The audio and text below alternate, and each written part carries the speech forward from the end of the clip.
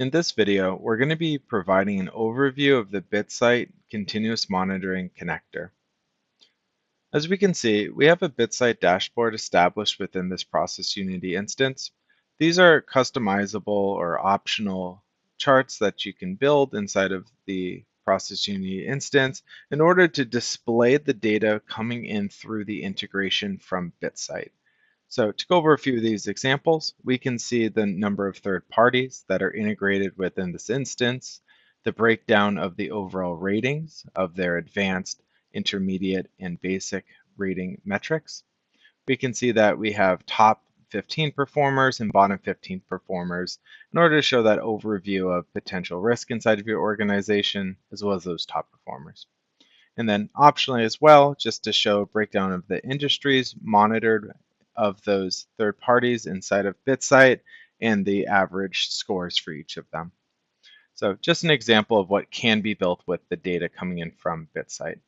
So to get into the data, we're going to go ahead and drill into the third party of Microsoft.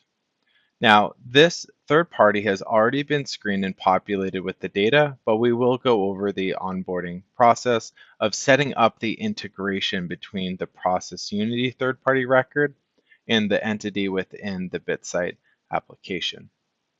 Now, before going over that, I'm going to go and provide an overview of each of these sections of the properties that are established through this integration.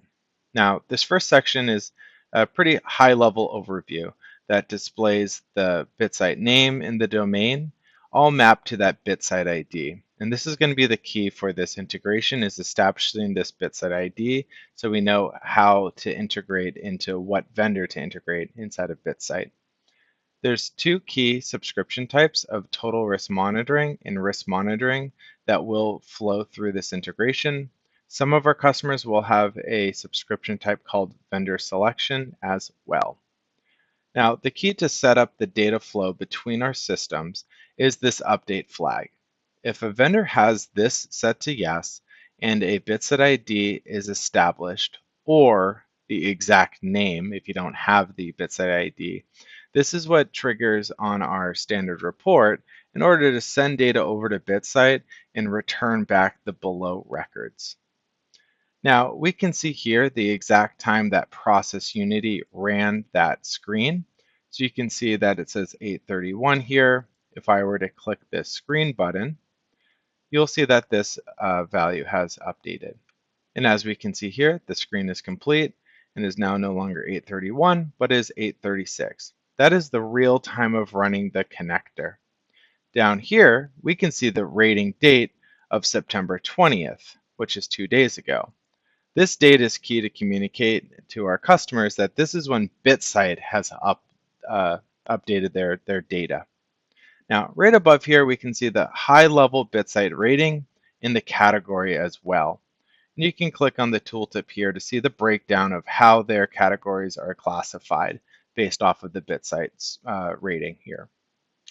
Here, we can click on the hyperlink to take us right into the Microsoft profile inside of BitSight for a deeper analysis. Now, these other properties in the overview are just some high-level information about that entity, such as the people count, number of IP address count, industry, and then overall description. Just some identifiable information about that third party. Moving down here, there's 20 risk vectors that are brought in from BitSight, and they classify them within compromised systems, diligence, user behavior, and public disclosures. All of these can be read in detail by clicking on the tooltip, and I'll explain what exactly are these grades. Now, these grades are A, B, C, D, and F, depending on the algorithms within BitSight, and each of these properties can be used within workflow, notifications, and so forth within our customers' instances. Now, these values down here, these 20 risk vectors, are only going to be present if it is total risk monitoring. We're going to do a search and select update to flip it to risk monitoring so we can see what happens in the data that is available. Now, as I click on search and select, the form is presented to the end user Now, this can be integrated in the onboarding process to make sure that you're doing your entity matching between that BitSight record and your third-party record.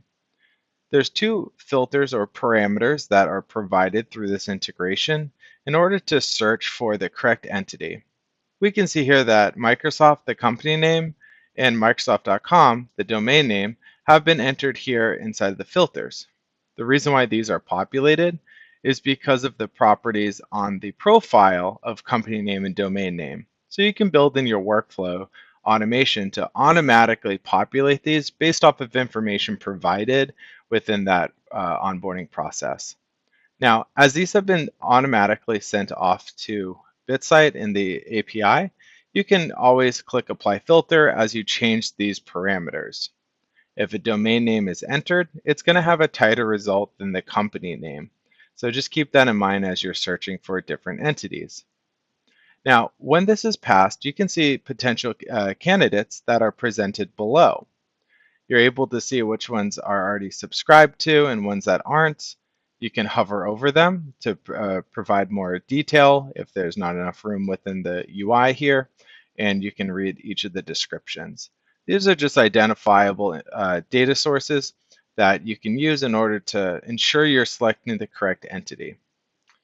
For this situation, we're going to go ahead and select the one that we've already selected, which is Microsoft. You'll know you'll selected it by having this little chip down here appear. And here's your opportunity to change your subscription types. Now, we present the number of remaining license or subscription types below here. As you can see, I do not have any more vendor selections available, so that says 0 remaining. But I do have 5 remaining in my license model with BitSight for total risk monitoring and 13 with risk monitoring. So not only can you do this for onboarding, but you can also change your subscription types through this process as well. So for this example, we can see we are total risk monitoring. I'm going to go ahead and switch that to risk monitoring and click OK. We can see here now that that search and select screen is gone, that the data has been updated inside of ProcessUnity, and the subscription type has successfully been switched to risk monitoring, and it has also synced that data within the BitSight platform as well. Now, I can't scroll down anymore because there is pre-built view access that can be established to hide those ratings of those 20 risk vectors, because when you're risk monitoring, the license type only brings back your rating in your category, as well as this high-level information here. Now, for continuous monitoring of this, you can create workflows such as issues. You can incorporate these risk vectors if you are tracking the total risk monitoring into your assessment process. What you do with this data is up to the customers and how they would like to integrate the workflow processes. But as far as the integration goes, it's these values, it's the nightly job, it's screening it ad hoc to bring in refreshed data, and the search and select is all included within the subscription to BitSight continuous monitoring.